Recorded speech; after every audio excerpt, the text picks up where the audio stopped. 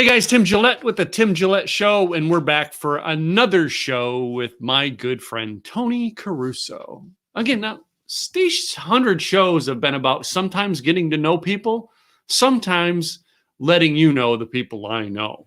So this is a connection. Like, I mean, I feel like I'm connected to the family when I connected to Toni Caruso. All right.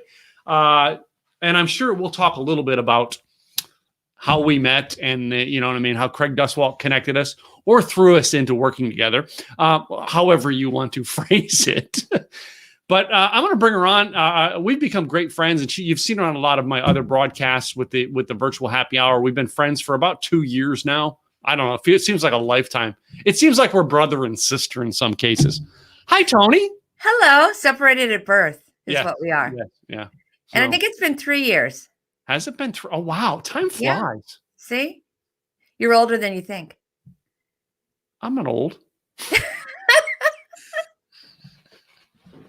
I'm not old. Anyway, so Toni.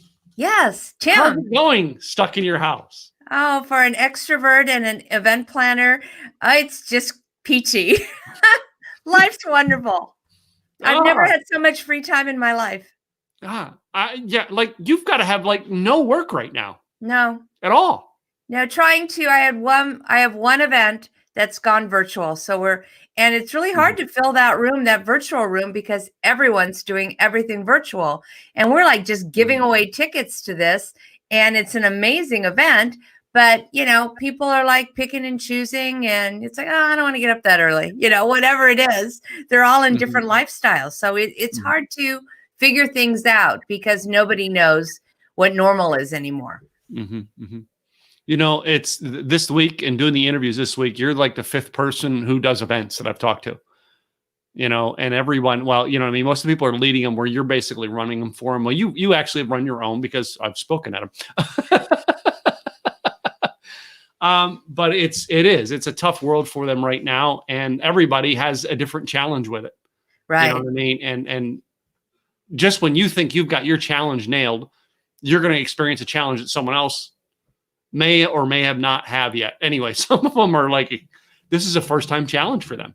Exactly. And you just have to learn to pivot and understand that when we come back, people are going to want to get in the room together. Yeah. I keep hearing all these stories about, oh yeah, it's all different now. Everything's going to be virtual. Are you kidding me? I cannot wait to get out of the house and hug somebody. And I am not a hugger. Yeah. So it's a whole different world, and everyone is going to want to go live. So if we just really take a deep breath, start looking at the fall, looking at 2021, have an event, bring people together, build your community now, and then bring them together live at an event, because there's nothing better than being live in a room and having that experience with other people and feeling the energy from the speaker on the stage. So you love the energy because you're an extrovert. All right. You right now. All right. People calling you for advice right now.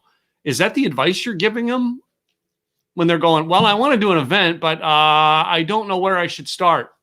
Well, I say schedule it now, because the hotels, all the venues are dying to fill up their calendars because they have no business. So you could negotiate some really good deals right now.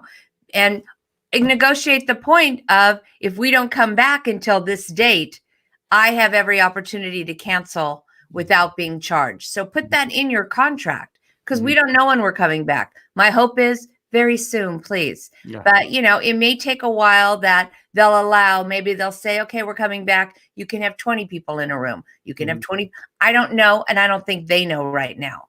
But I don't think they're going to open the doors and say, all right, thousands of people can now go to an event. So until that happens, we don't know. But start looking at your options down the line, because this is not the world that we're going to live in the rest of our lives. We can't survive this. So it is going to change. It is going to come back. And I think it's going to come back even better. Yeah. Do you think there is a fear out there that, say this ends in June 1st? That everybody starts calling the hotels on June 1st. Do you think there's going to be a demand on hotels between June and December to where the hotels are going to go, oh, wow, now everybody wants to get out. Let's really raise our prices. Well, I don't think that's the case, because I believe that there are a lot of events. I know of a lot of events because I'm doing them already scheduled in the fall. Mm-hmm. I have them from August, the beginning of August through November. So Mm-hmm. they're already scheduled. So there's not a lot of dates available, because those events that were in March have already postponed to the fall, Mm-hmm. because a lot of the hotels says, hey, you can't cancel. We do have a contract with you, but you can postpone it and move your date. Mm-hmm. So all these spring dates have already been postponed to the fall. So it's not going to be like open season and all these places are available. There's not a lot of dates left. So that's why I say do it now. Yeah. Do it now, get a date, and use any kind of negotiation you can. I really don't think the hotels are going to be sitting there going, oh no, we're full. We're going to give you a premium price. No, they want to help everybody out. They want to come back. They want to bring their staff back. They want to be at 100%. Mm-hmm. So don't go in there nasty, but just say, I'm a little worried. I don't know what this is going to bring. What can you do for me to help me sign that contract and make sure that I am safe in my decision? Mm-hmm. Good advice there. So, right now, those people who are not doing events because we're stuck at home, what advice would you give to the speakers or people who do plan events? What advice would you give to them while they're stuck at home right now? What should they be doing? Well, they should be trying to engage with their audiences. And that's what I'm trying to do. Give freebies out, build your community, get out on Facebook, do Zoom calls like this, get into podcasting right now. Find places where you can be seen and heard, and don't try and sell people your products. You're not going to sell an $18,000 coaching program over a podcast interview. Just build your community, start nurturing those people, because then when we go live, they're going to follow you and say, hey, they were amazing during our stay-at-home order. I learned so much on video with this person. I cannot wait to get in the room and be live with them. So just build that community and keep that engagement going, and just give. Mm-hmm. I also believe that right now there's an opportunity to build your community. There are so many networking groups right now that have gone virtual. For instance, I was on a virtual mastermind with people in Canada last week. Yesterday, I was with a group of people in Colorado Springs. So I'm building my community by joining networking groups where I go to these little masterminds, or they have so-called luncheons live or happy hours. Find people now that you can connect with that are in a different state, in a different country. Mm-hmm. You can do it now because the opportunity is there. Mm-hmm. So why not build your business out of your regional area and take it national, take it international? Interesting. So let me go into why, events. All right. And why you got into events. What's the story? What got Toni interested in doing events? Oh, well, it goes back to my birthday, but that's a longer story. My mother was a party planner. We were the party house. And so we always had birthday parties and events. But my birthday is right in the middle of the summer. So when your birthday is in the middle of the summer, nobody comes to your birthday parties because everybody's off with their family. It's not like you have a party at school, because in those days you didn't have half birthdays. So I learned at a very young age that if I wanted people to come to my party, I needed to plan a really fun party. So I started getting into it that way. But then I had a mother who believed that you were either an airline stewardess or what was it? I had choices of airline stewardess or a secretary. That's what a woman did. And then you married your boss or the pilot. That was her goal for me. So I learned how to type, take shorthand, all those things in high school.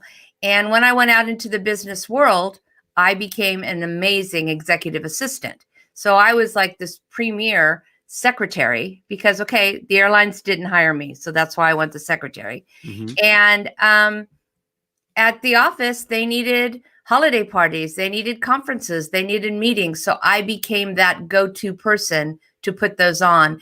And I built that into being an event planner in the corporate world for 20, 25 years.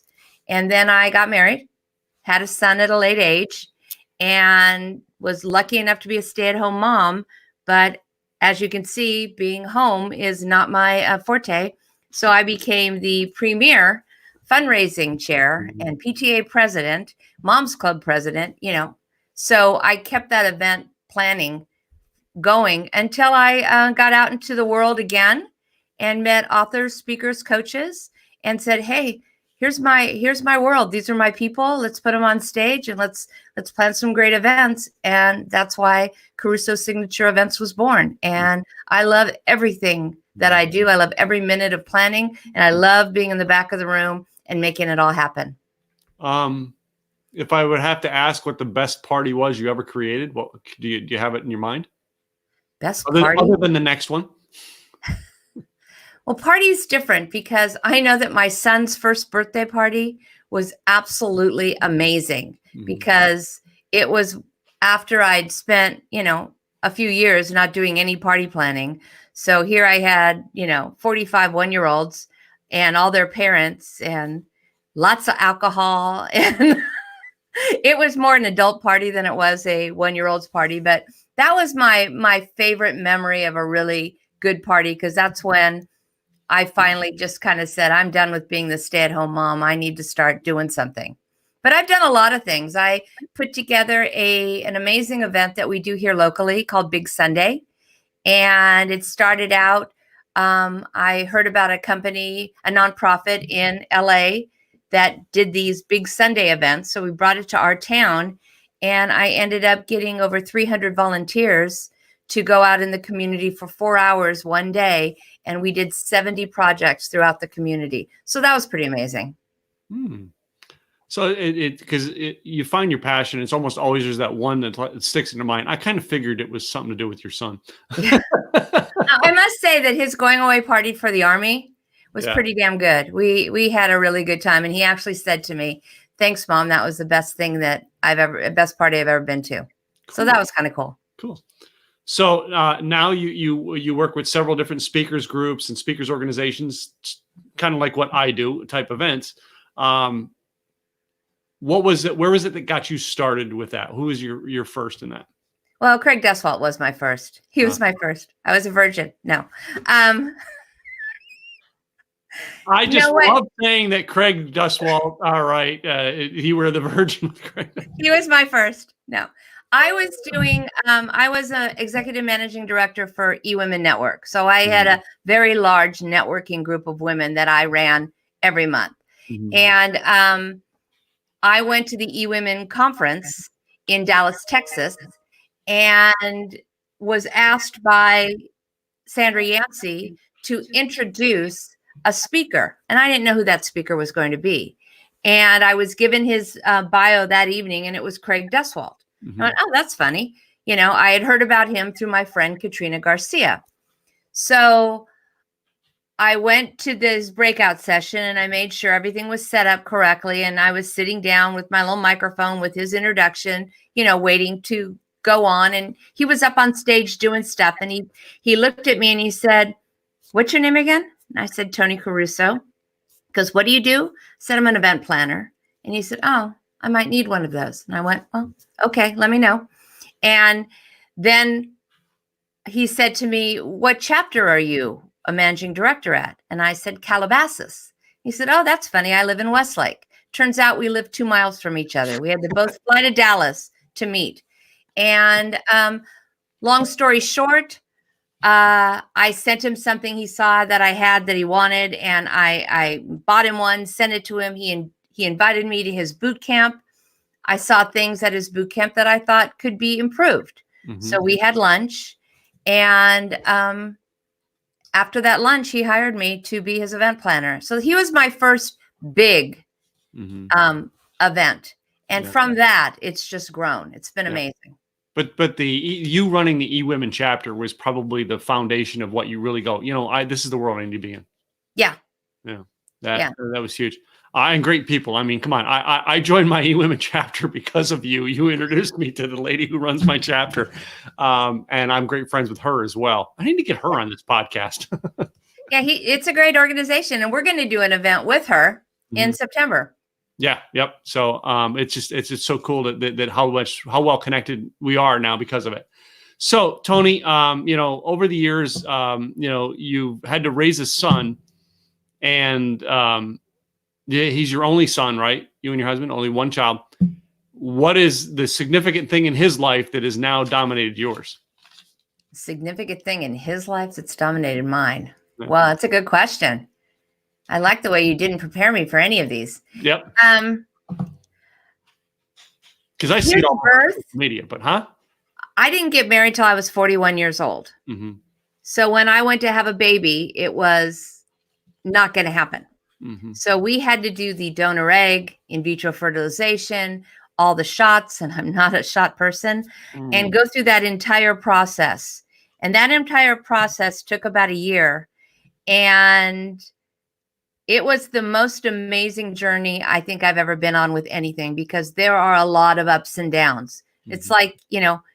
It's like starting a business, something good happened. And then, you get a test and you're like, maybe not, up until the time they put those eggs in me for me to carry, they were still questioning whether or not this was going to work. Mm-hmm. So that whole experience made that baby so much more cherished in my life. And he literally is the reason I get up in the morning. He's the reason I do anything. And he is a strong young man who makes his own decisions, joined the Army, not our first choice.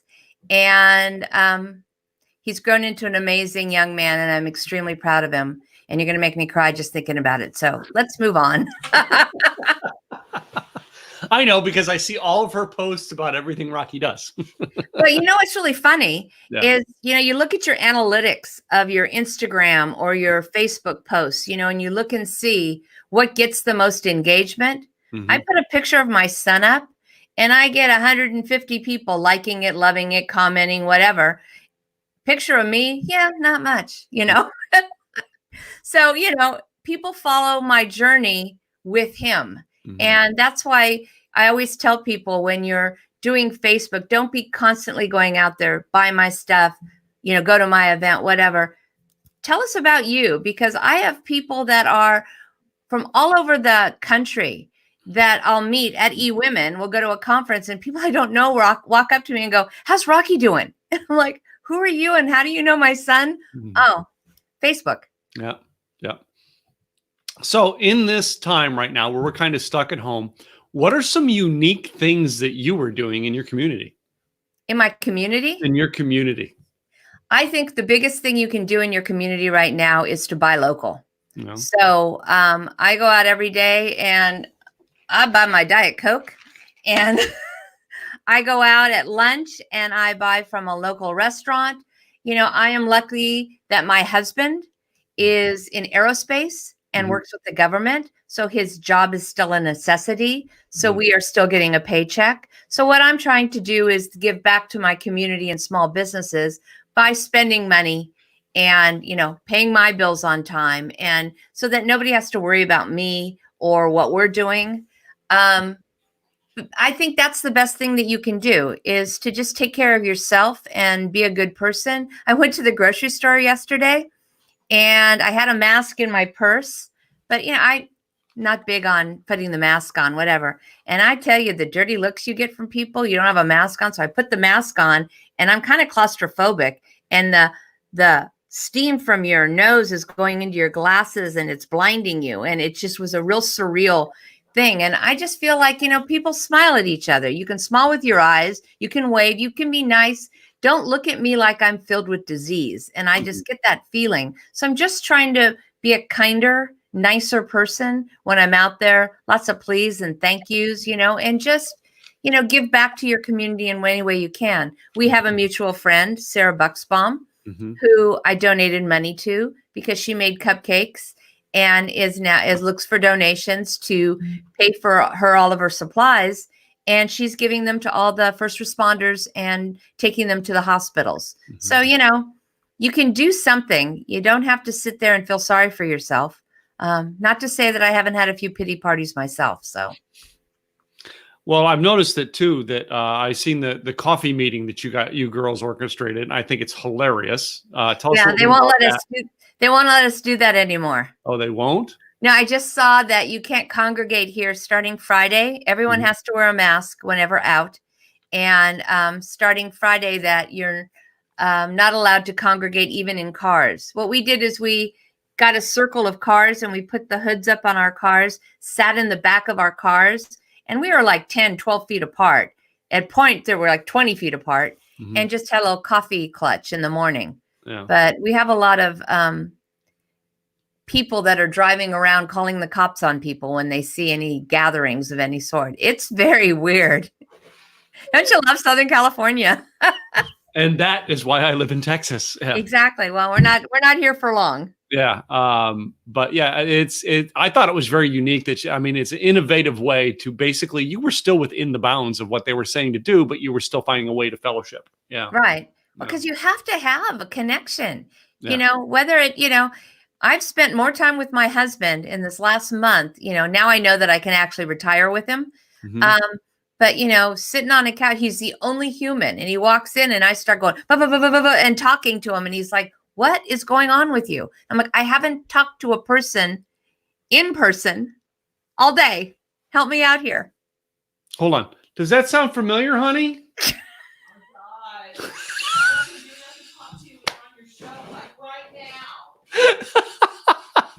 She just said it's all she could do to not talk to right now while I'm on the show.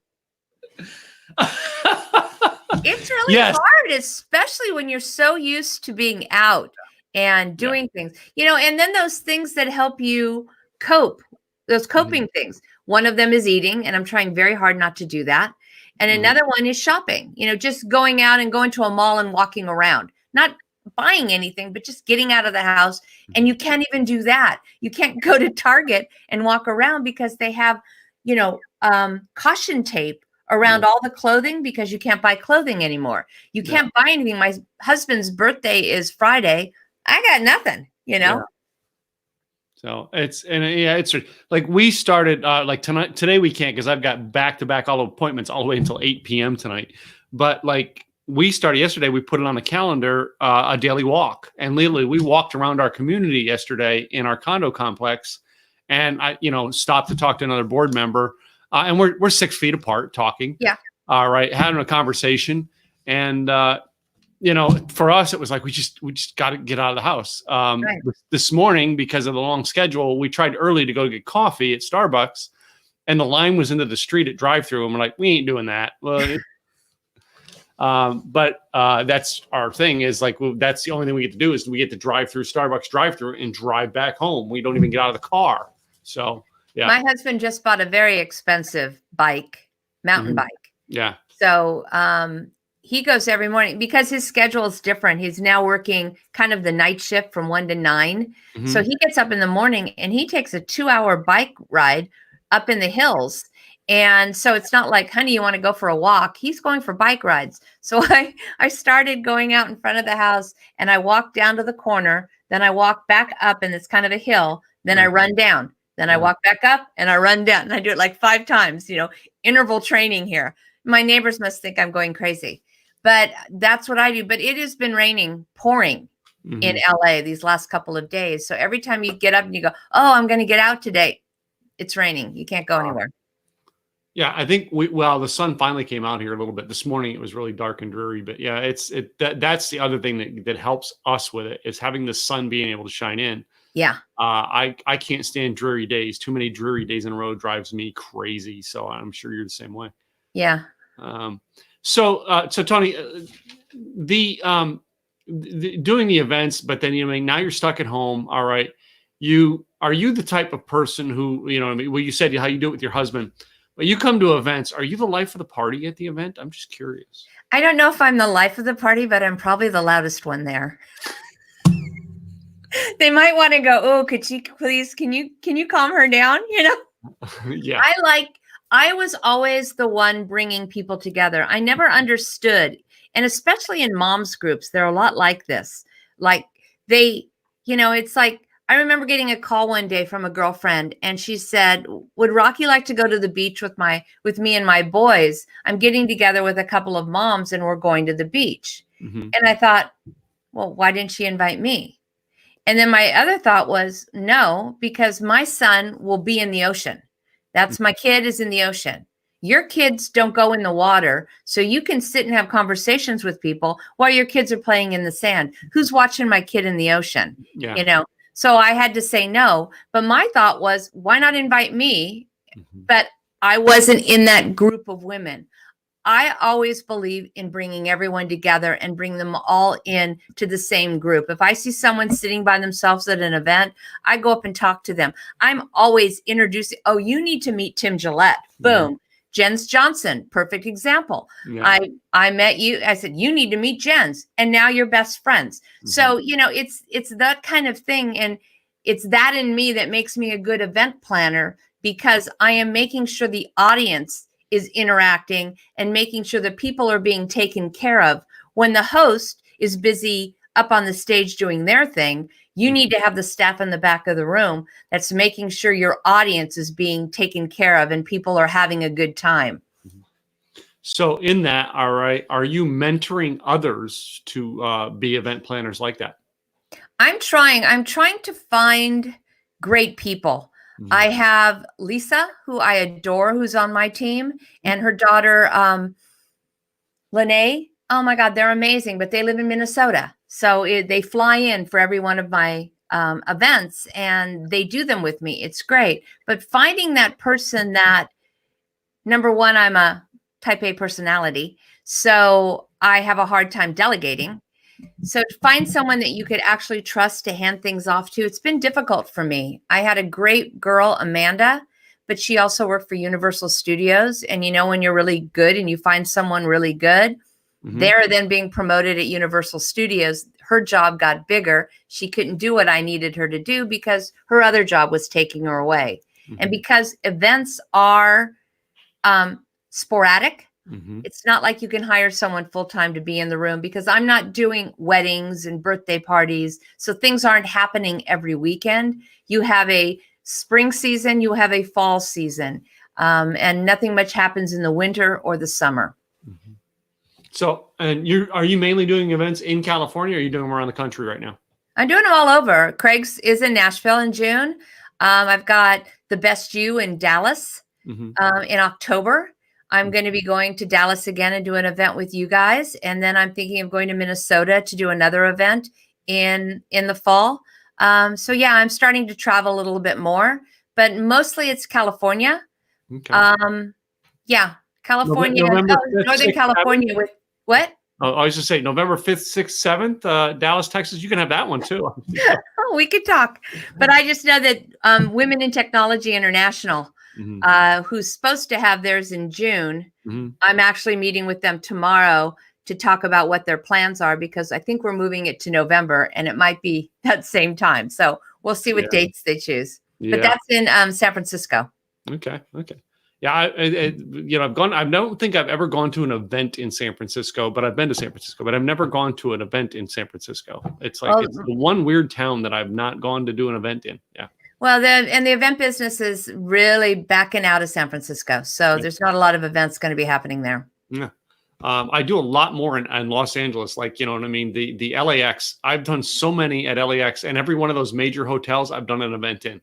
Right. Well, it's a great location. And you fly in and take a shuttle to your hotel and you don't need to go anywhere else. Yeah. I love the Sheraton like that we're using now, because I hardly ever take the shuttle. I walk over from the terminal. It's that close. Yeah, it's that close. So, so what is one of the, or maybe you have one, maybe two of the funniest things that have ever happened at an event with you? Funniest things. Yeah. There's got to be a funny story. I mean, come on. There's always a funny story in life, but anyway. Oh man, an event that I've done, funny story. My funny stories are usually people have done some really bad stuff. You can tell those, but I guess we might want to leave their names out. No, I just know that, the reason I started the Academy for Speakers to teach people the business of speaking is because I was doing an event and we had a woman who was speaking on the stage. She'd pay to speak on the stage for 20 minutes. Mm-hmm. And let's say her speech was on Friday. On Thursday, I kept seeing her over with my AV guy the whole time. So I finally walked up to the AV team and said, what does she keep asking you? Oh, she wants to know about what mic she's going to get. And I go, she gets a handheld mic. She's on for 20 minutes. No. She says she needs to have a lav mic. And I'm like, okay, whatever. And then I see at lunch, my videographer is just sitting there eating lunch. And she's sitting down with him at lunch, bothering him. And I finally walked up and I said, can I help you? And she goes, I want to make sure he has all the shots that he's supposed to be taking of me. And I'm like, well, no, what happens is he does the video, then you edit it. You will get the raw video and you can pan in, pan out. You can quick edit. You can do whatever you want with it. That's your choice. But please don't bother him. He's eating lunch. So then 5 minutes later, she's up on the stage during a break and she's doing this. She's rehearsing her entire speech on the stage in front of people at the break. So then I had to walk up and go, excuse me, if you need to rehearse, can you go to your room or go outside? And she's like, well, I need to know the light. No, it's okay. I mean, it was just like one thing after another with this woman. And so to me, it's not funny. It was more educational, but it was like this scene, like, it's her again. What's she doing now? And then we had a really high-end speaker on the stage and she's in the back videotaping. And so then I had to go up to her and go, excuse me, you can't videotape. Well, why not? I go, because they don't allow videotaping. You need to stop it. And she's like, got it like this as she's talking and go, and I need to see you delete it. So I had to stand there while she deleted the tape on her phone. I mean, it's just, they're silly things. I don't think anything over the top funny. Yeah. Other than when you were up there sicker than a dog and when Craig handed you the microphone and the look on his face was like, oh my God, I've got to take that back after he's touched it, and I had to run up with a bag to put it in, those little things like that are funny. But I kind of hope there aren't any really big things that are noticeable. I can think of a few things that happened in the bar at that event, but I won't. Well, and there was also the time when we planned it, we rehearsed it, the start of the event, everything was going great. And Craig is like, Toni, his clicker wasn't working. So he told me that I had to go on stage and when the music ended, hit the space bar on his computer to bring up the slide for him to come on. And I'm up there and I'm hitting the space bar and it's not working and nothing's working. And I'm standing there on stage and people are looking at me going, what's going on? And I just turned over and I go, hey, how's everybody doing today? Finally, Craig just came on. It was like, but it's those little glitches and you just kind of walk right through them and go move on, Well, 8 years of going to Craig's events, I've seen glitches. Trust me. Well, there's issues and there's threats. Yeah. And issues are the things that you kind of handle. People don't really see. Then the threats are the things that people remember and they're bad. Those are the kind of things you don't want happening. Well, I will say this with Craig's is I was there for years to see the good, the bad. The one that troubled me most was the girl who had the seizure, and I think that was before your time. Yeah, it was before me. Yeah, and the girl with the seizure. Now I'm epileptic, and I watched it happen. It's the first time I've ever seen someone with the same thing have it happen. It scared the crap out of me. But the people who were around me who worked that event were quick to understand that was going to be a problem for me. But I was able to comfort everybody because I knew her situation. But I was like out of it. All right. You know what I mean? Had you and I known each other, you would have been the first piece. You would have been all night calling me. Tim, are you okay? Tim, are you okay? Tim, are you okay? Because that's, you know what I mean? That's stuff that I've watched you do it. But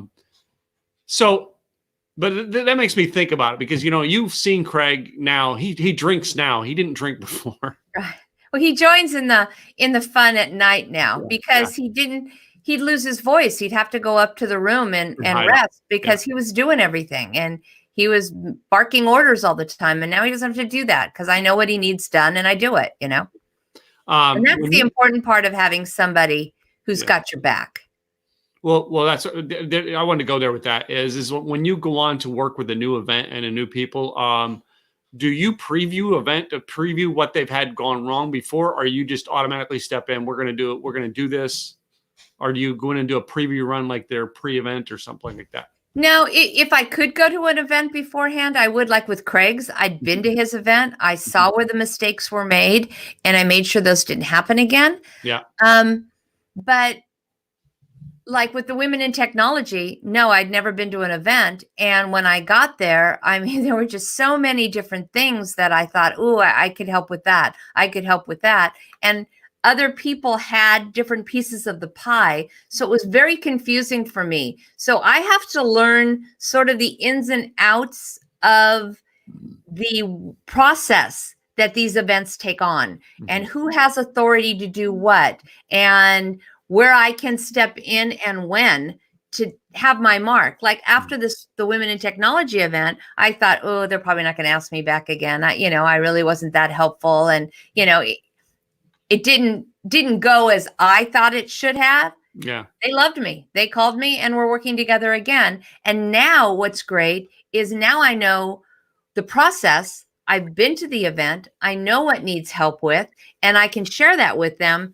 And they're relying on me a lot more to say, well, Toni, what would you think? What would you do to get more energy in the room, etc.? And I'm able to share that with them because I have experienced it.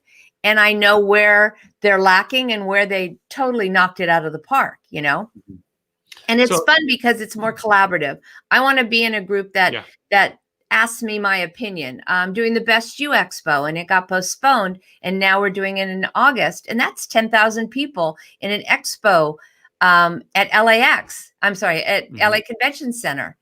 And he has been literally just so lovely, Bernardo, in asking me, Toni, what do you think? Should we do it this way? So bringing me and getting me involved into it instead of just saying, this is what we're doing, you make it happen. And not having it a collaborative experience. So, and speaking of that, and doing it collaborative and stuff, all right, energy in a room. That's a huge thing for an event. Do you and I see I'm perplexed at how I want to ask this. Just say it, whatever it is. I can handle it. You can handle it. The energy in the room, all right. Do you alternate what you are going to do when you see the energy's down? In other words, do you have stuff in your back pocket to go, hey, let me help the event planner raise the energy? Well, for instance, if I see that the room's kind of going down, I will tell the host or whoever's having the event, we need a break. Let's break it up. Let's bring in some music. But most of the events that I am doing are pretty established events. So it's not like we're starting from scratch and I'm having to change things. All I'm doing is like with the Women in Technology, they're a really low key kind of group. They're mostly women in tech that are working for Google, Microsoft, places like that. And they come in and they're more techie and they want to be in their computers. That's where I come in and say, all right, we need videos. We need loud music. We need to get these people off their feet. No more talking heads. And we've really worked together to try to make it more engaging. Where Craig, his energy is always up. Yeah. So there's always a lot of energy in the room. Events that I do, my Academy for Speakers, I always make sure, and this has been a key for me, even with eWomen, I will not allow anyone to speak on my stage unless I've seen them speak on a stage. Because if they don't have the energy and the engagement that I'm looking for, then I don't want them in my room. Yeah. So I like an event where there's a lot of energy and there's networking and people are happy and they go back. Every event I ever do, we end up in the bar afterwards. People don't want to go home. They want to connect. So that's my goal, is to get the people that want to stay there and build their business and have more relationships with the other people in the room. And that's the type of events I like going to, is where the energy is much higher and I want to be engaged. So That's Well, why. it's like I told Craig. I interviewed Craig the other day. I'm doing an online course. That's the one thing I'm doing with my free time. So I interviewed him, and I was saying to him, not everybody comes to your events to see you. I said, I'm sorry. I said, but they want to be with the people in your room. You bring a great group of people together. Yeah. And it's like coming out and being with friends every time because you've got these relationships. You see them twice a year. Yeah, Craig, you're the icing on the cake. But really, they like being with the other group of people in the room. And if you can build that community, you will have successful events over and over again. Exactly. So I see someone actually left a comment. I've got to go see what the comment is here. Okay. So get her off. I'll catch I'll catch the replay later. The guy's been on every one of my broadcasts today. So Toni, as I'm getting ready to wrap this down, all right, there's people out there who want to find out more about events. All right, get to know people who run events. What is a website that they can reach you at? Well, as you can see scrolling along the bottom, CarusoSignatureEvents.com.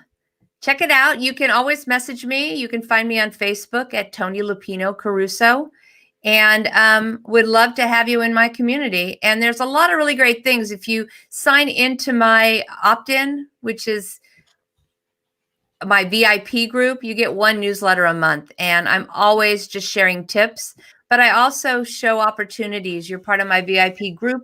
So there are opportunities for you to speak or to go to events at discounted prices. I always share with my community first. So I'd love to have you join me. Cool. Well, Toni, I want to wrap this up. And as I wrap it up, I have this little game I like to play called This or That. Your game, right? I'm always game. So I have maybe about 7 or 8 questions that I think may relate to you. And I think some may make you go, Tim, go, what? And if you've heard my podcast before, you kind of know some of them anyway. No, I don't know any of them. This is all new. Okay. So question number 1 for Toni is hamburger or taco?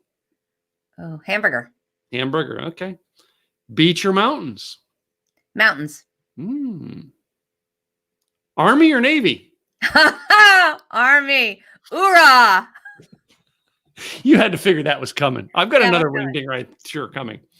Beer or wine? Wine. Red or white? White. I'm very decisive. You are. Hug or handshake? Oh, handshake, and you know that.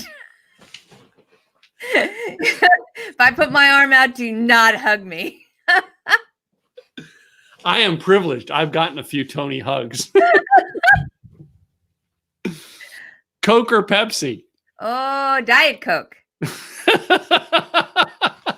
I did some research on this one. A little bit. You can tell I know Toni just a little bit too well.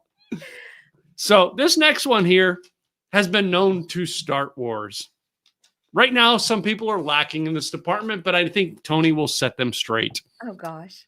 Toilet paper, under or over? Oh, gosh. If it's not over, my mother will come over and she will flip it for you. So it's got to be over. So one of my interviews this week, and I've been quoting her the whole week because of this. Her name was Cammie. And in the beginning of the week, she goes, well, if I start dating a guy, the first time I'll switch it, when I'm using his bathroom. The second time I might switch it. But if I go there a third time and it's still the wrong way, I'm breaking up with him. It's just not the right man for me. My mother, I spent 2 days redoing my entire apartment. And I mean, making the bedspreads, making all the cushions for the couch. I mean, I was like 24 years old and I redid my entire apartment. I was so proud of it. And I bring her over and she's like, oh, nice. Oh, nice. Bring in, and like the whole wall is material with pictures hanging from ribbons. I mean, it was a total college girl apartment, but I mean, everything was redone. She comes out after looking around the whole house and she goes, it's nice. There's only just one thing wrong. And I'm like, what? Toilet paper's coming off the roll the wrong way. And I'm like, really? I spent 2 days and that's what she sees. So that's what I came from. So that's why I say it's got to be over, because I hear my mother in my head going, really, Toni? Under? Come on. Well, I've got one more wing dinger for you. Uh-oh. What is it? Boxers or briefs? Briefs. No, wait, no. This is a hard one. I like the long briefs, not the tidy whities. Yeah. Are you talking briefs, the long ones on the legs? I'm just trying to find out your opinion. No. I mean, there's a lot of thought in that. I can't even get in there. No, I'm not going there. My husband will kill me. So again, I know Toni. As a woman, I don't understand why a man would put that much material in their pants. It makes them look larger. You know, we're all about Spanx. You know, why wouldn't you have something tight to make you look thin? You know, it's a. I almost wanted to put you like yoga pants or something, but I was like, no, I can't put that one in this. I'm not wearing yoga pants today. I will say that I actually took a shower, got dressed, need the hair color taken care of, but. Yeah. So I do a thing every night called Bartender Life Coach's Happy Hour. And I had Larry Broughton on there one night, and he just popped in and he said something to me that it really impacted me to do it. And he said, every morning I get up and get dressed. Yeah. Even though we're going through this, I get up and get dressed. So I get up and get dressed, because normal me, before this was I get up, I get coffee, and I work for about an hour and a half, and then I go take a shower and get dressed. Yeah. Now I'm totally changing the way I do things, and it's just unique that this is changing some of our lives. Well, you have to. I want to ask though, is your bed made? Yes. Did you make it or your wife? We made it together this morning, but most mornings I make it because I'm the last one on a bed. Oh, okay.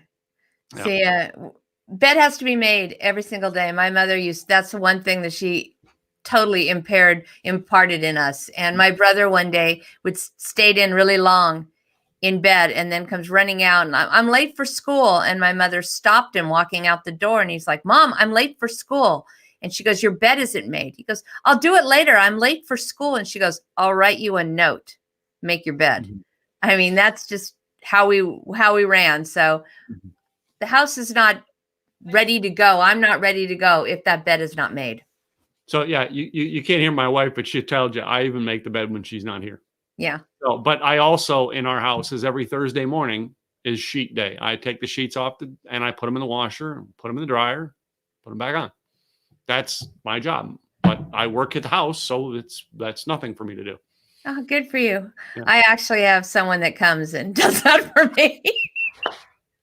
That is our next goal in life, is to actually get a house cleaner to come once a week or something. But yeah. We had every other week. And let me tell you, it was the one thing that I had to agree to. You know, he says, what can I do to help when I was a stay-at-home mom and, you know, with this baby? And I said, it just needs someone to clean the house. That's all I want. And we've had that ever since. Never given it up. Well, Toni Caruso, I thank you for being on my podcast today. All right. Your website one more time? CarusoSignatureEvents.com. Okay. And thank you for having me, Tim. I love you. I love you too. I thank you for being on the show. I really appreciate you. And I'm so glad to have you in my life as a friend, you know, as well as someone I work with on quite a bit. So, guys, it's another day of episodes. Thank you, Toni Caruso, for coming on today. And thank you guys for watching today's episode. And I'll be back again with another one real soon, as we're doing 100 in 30 days. I'm Tim Gillette Show, and see you next time. And